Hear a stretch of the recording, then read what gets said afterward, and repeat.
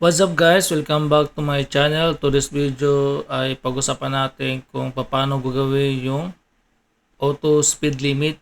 Ang ibig ko sabihin guys ay pag mayroon nakakonect ay automatic siya na maglalagay ng speed limit. Bali sa dati natin topic, pinag-usapan natin kung paano yung bandwidth management, paano yung iba-iba yung IP address ng kada port, tapos paano lagyan ng speed limit yung mga iba-iba yung IP address. This time naman guys, ang pag-usapan natin is paano magkaroon ng auto speed. Kumbaga automatic siya maglagay ng speed limit per user or per client or depende sa setup na gusto nyo gagawin. Gusto nyo gawin.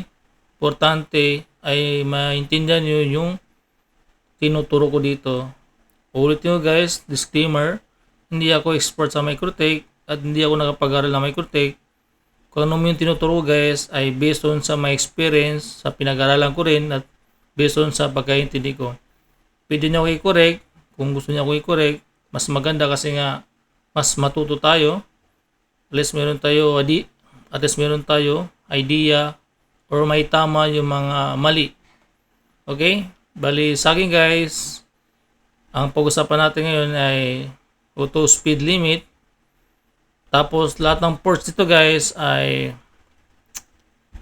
bali ang gawin natin guys, yung port 2, 3, 4 pati yung built-in wifi ay isa lang yung IP address o IP series na gagamitin natin. Ito yun. So ito yung mga example na nakakonect. Bali kayo guys ay bahala na kung ano yung gusto nyo gawin. Pero sa akin ito yung example ko. AW71 access point, mga wifi router pero naka-access point yan. Hindi siya naka-default na meron sariling IP address.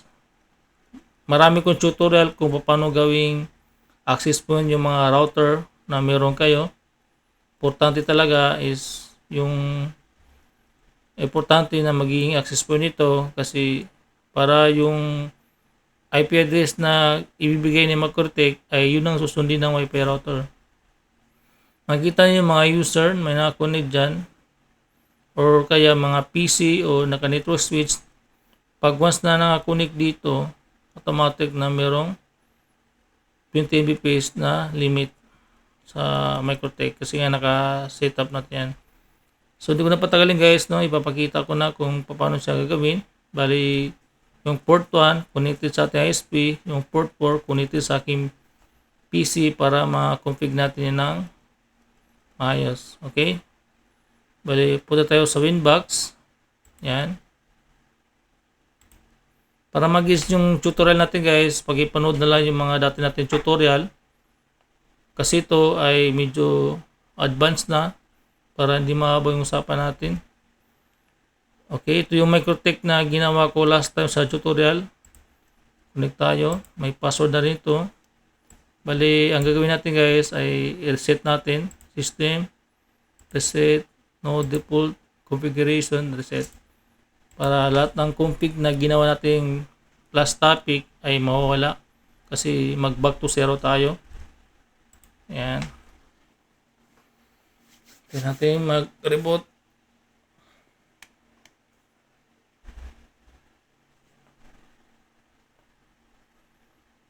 Anong oras na? 11:47 PM. Ito lang kasi oras ko na bakante ako. Sa umaga kasi kung di ako empleyado, negosyante ako. So ang tawag sa akin, entrepreneur. Ewan ko lang po yun ang tamang term sa mga taong may trabaho na may negosyo. Click natin refresh. Ang tagal. Tanggal natin yung password. Refresh. Ayun, lumabas na. So 00 kasi nga natanggal yung config. Connect natin yan. Wala na sa password. Connect. Yan. Okay. So anong gagawin natin guys ay magkaroon tayo ng so ang unang gawin natin guys, magkaroon tayo ng identification name. Optional kung gusto nilagay o hindi. Pero sa akin maglalagay ako. Ether 1, ISP. Ito ito yung port 1. Dito kukunin yung ISP natin. Yan. 2 LAN 1.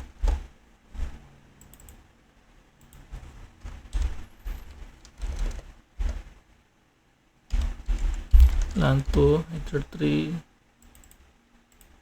LAN 3. Siyempre kasama yung built-in Wi-Fi, wireless, AP bridge, tapos ban ito, MikroTik Wi-Fi name. So ano kayo maganda ilagay natin? Visitors. And visitors Wi-Fi. Tapos disable natin, optional. Kung gusto nyo disable, pwede rin hindi. Sa akin gina-disable ko yan. Saan yan nang galing? Yung WPS mode, makita yan sa MikroTik. Meron siyang WPS mode. Disable, bali sunod, country, Philippines. Saan yung Philippines? Yan. Apply. Tapos huwag kalimutan enable para huwag kalimutan enable para lalabas Wi-Fi. Enable. Okay. Yan. Sunod.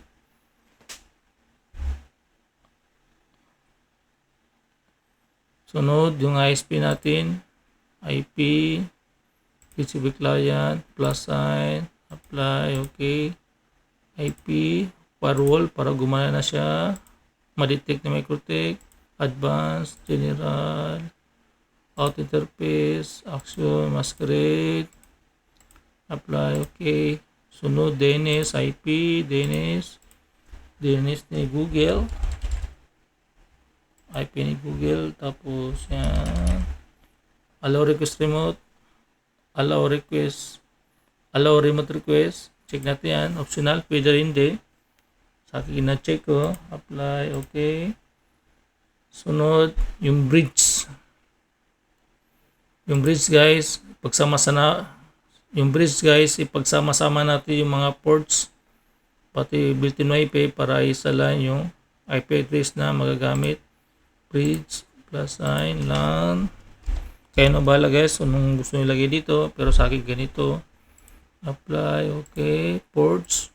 Ano yung mga ports na ipagsama-sama natin. Plus sign. Enter to. Bridge. LAN. Apply. Okay. Plus ano ulit. Enter 3. Bridge LAN. Apply. Okay. Plus sign. Enter 4 LAN. Bridge. Apply. So yung Wi-Fi built-in ni MikroTik. Wi-Fi. Bridge LAN. Apply. Okay. Sunod yung addresses ng ating bridge. IP addresses plus sign 192.168.66. Kasi ang gagawin ko, o gagamitin yung pinakita ko na picture. Yun ang gamitin natin IP address /24 yung bridge. Kaninong IP address gagamit, kaninong IP address ang gagamit, si bridge LAN. Apply. Okay. Sunod IP para mapagana natin yung bridge pati yung IP address na nilagay natin. DHCP server, DHCP setup, tapos hanapin natin yung bridge LAN, tapos next. Okay, success na siya. Check natin kung meron tayong internet. Pin. So meron na. So lagyan natin ang password natin MikroTik for protection system. Password, old password, wala kasi wala tayong password nakalagay. So lagyan natin yung password. Yan. Okay, change. Okay, meron tayong password. Ngayon, nakakonfig na tayo. I-reboot natin para ma-refresh yung bagong config. Pwede rin hindi, pero sa akin ugali ko tayo mag-reboot. System reboot. Okay. Hintayin natin mag-reboot ang ating Microtech.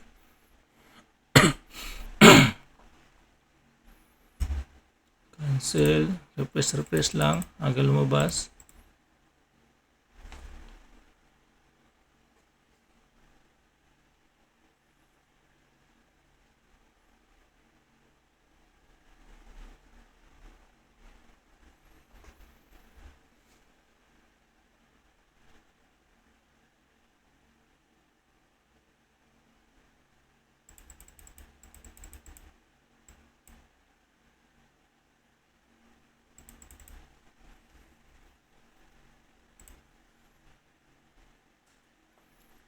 Okay, lumabas na. Meron na tayong IP address. Click natin yan. Tapos meron tayong nilagyan na password. Yan, connect. So, ngayon, pag-usapan natin kung paano gagawin yung auto speed limit pag nakakonect sa ating Microtech. Sa port ng Microtech, either gagamit ko na nitro switch para dumami yung nakakonect. Bahala na kayo guys. Importante makuha na yung idea na tinutukoy ko kung paano siya gagawin. Bali, sunod guys, po tayo sa QoS. Click natin yan. Ang hirap mag-pronounce nito. Tapos simple Q. Yan. Tapos lagyan natin ng sabihin natin auto speed limit. Sabihin natin, lagyan natin na 13 bps. Target, ano yung tinutukoy natin dito? Yung si bridge LAN. Yan. Tapos apply. Okay, so wala pa siyang auto detect kasi gagawa pa tayo ng PCQ kasi yun na magbibigay ng auto limit. Click natin yung Q types plus sign, tapos lagyan natin 13 bps kasi nga 30 bps yung gusto natin mag auto limit. Yan, PCQ. So 30 bps, lagyan natin 30M. Tapos dito guys sa Q size meron tayo babaguhin dito kasi ang 1 MB, explain ko lang sa notepad. 1 MB, ang 1 MB equivalent niya sa 1 MB equivalent niya sa 134 kbps. Yan. So dahil 30 ang gagawin natin yan, mag-calculate. Ang gawin natin yan, mag-calculator tayo. Calculator. Yan. 30 times 1024. So ito, copy natin yan. 30720. Copy, lagyan natin dito. Yan. So dapat wala siyang kama, tanggalin natin yan. Tapos click natin ito o check. Yan. Tapos apply. Okay, so meron tayong PCQ na 30. Pwede kayo magdagdag kung gusto niyo kung sakali magbago isip niyo, gusto niyo gawin 20. Pwede lagyan natin ng 20. Magatayo ng 20 bps PCQ rate 20 M. Tapos calculate natin ulit 20 times 1024. Yan, 20 480 20 480. Click natin yan o check. Yan. Tapos gagawa tayo ng 10. Kung sakali gusto nyo baguhin na naman yung auto speed limit natin. Ganun din. Same step lang. Tapos meron kayo mga option. Yan. PCQ 10M. Tapos compute natin 10 times 1024. Yan, 20 ay 10 natin 240. Check natin yan. Yan, apply. Okay. Bali, may ito simple queue. Wala siyang limit dito. Kaya natin mag-speed test muna. Yan. Bali, ang mas speed test natin ngayon, yung ating PC kasi nga siya lang nakakonect sa ating Microtech sa port 4.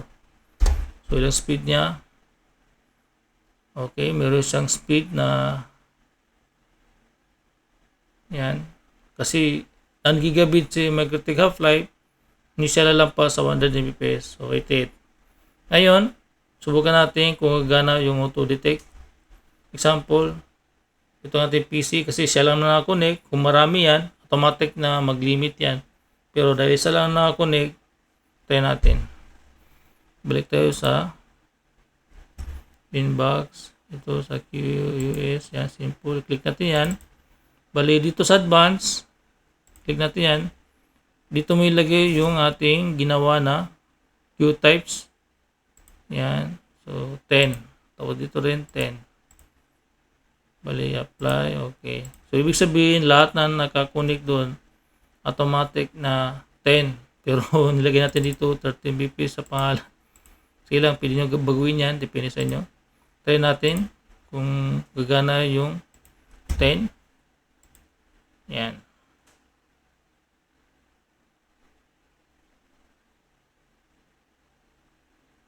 Ayun, parang di siya gumana. Check natin ulit. Q-types. Normally natin dito.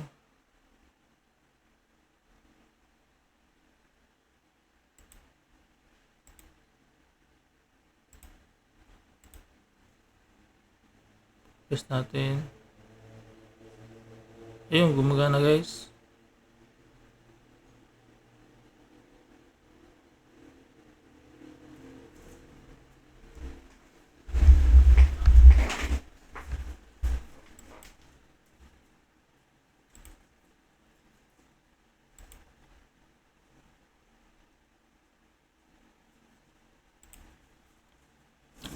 Ngayon, susubukan natin maglagay ng auto limit sa ating Microtech. Bali, ang ating PC ay nakakonect sa port 4. Siya lang nakakonect, kaya siya lang yung ma-test natin. Pero kung marami nakakonect, automatic din maglalagay ng limit. Pero mag-speed test muna tayo para makita natin yung anong speed na natatanggap ni PC. Anong speed na tanggap ng aking PC. Okay, punta tayo sa browser. Tapos, pass.com. Yan. So, mayroon siyang 90 plus na Mbps kasi ang ating Microtech Half-Life ay 9 gigabit. Hindi siya lalampas sa 100 Mbps. Ngayon, maglilimit tayo ng auto limit. Yan, balik tayo sa inbox. Tapos, saan tayo gagawa ng limit? Dito sa Q-types. Click natin yan. Plus sign. Tapos lagyan natin na 30 Mbps. Tapos PCQ. Lagyan natin. Dahil 30 M lang lagyan natin. Click natin source and destination. Bali, dito guys, pwede palitan ng 24 kasi 24 yung ginagamit natin sa mga IP. Kasi 24 ginagamit natin sa ating kasi 24 yung ginagamit natin sa ating mga IP address, yung /24. Pwede rin yun, hindi baguhin. Nasa niya guys. Apply. Okay. So, gagawa pa tayo ng isang PCQ. Kung naisipan nyo na baguhin, gusto nyo gawing 20, gusto nyo gawing 30, yung auto speed limit. Okay, plus sign para sa 20 para makita natin kung nagbabago talaga. PCQ tapos 20 plus sign 20 Mbps PCQ 20M tapos click source ang destination or check 24, apply, okay. Yung 10, ulitin nyo guys, bahala na kayo, pero sa akin ay for demo lang.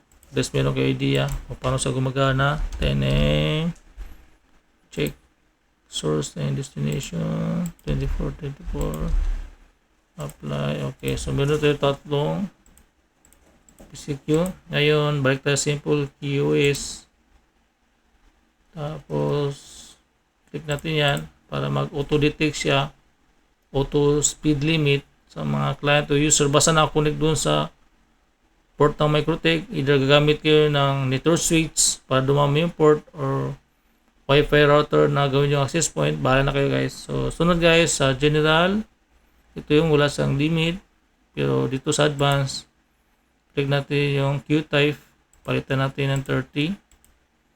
Yan, ito yung upload pati download, apply, okay. Ibig sabihin yan, automatic na lahat ng ma-detect niya IP address ay 30 Mbps ang kanyang ibibigay. Try natin.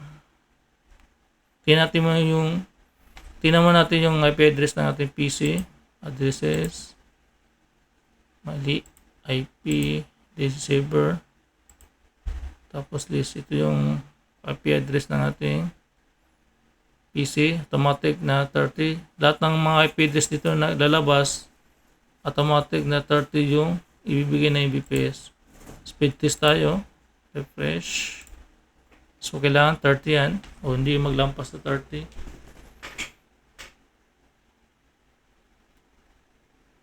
Ayun. So gumagana siya guys. Wala kasi ako extra na kuan para wala kasi ako extra na connection para makita natin na gumagana talaga yung auto speed limit. Ngayon try natin yung 20 pati 10 Mbps na ginawa natin sa QTypes. Click tayo doon. Double click. Palitan natin ng advanced. Palitan natin ng 10. Sample 10. Apply. Okay. So, dapat sa speed test ay di lalampas sa 10. Refresh.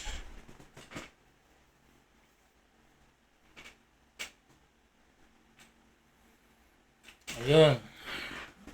So, gumagana siya guys. Ulitin ko. Lahat na lalabas dito sa IP DHCP server list ay automatic na 10. Kasi nga 10 nilagay natin doon sa setup na yun. Pero kung ilagay nyo 30, 20, yun ang ibibigay niya. No need na maglagay pa kayo ng mano-mano. Yun lang. Ang problema, fix yung speed limit. Paano kung iba-iba yung gusto ng client na speed limit na ibigay mo sa kanila. Pero yun na nga, meron akong tutorial regarding dyan, kaya hindi rin problema. Hopefully guys na meron kayo natutunan sa tutorial na to guys, and 12.09 AM na wala ko pahinga, wala tulog. Kaya hanggang ito lang guys na. Thank you for watching.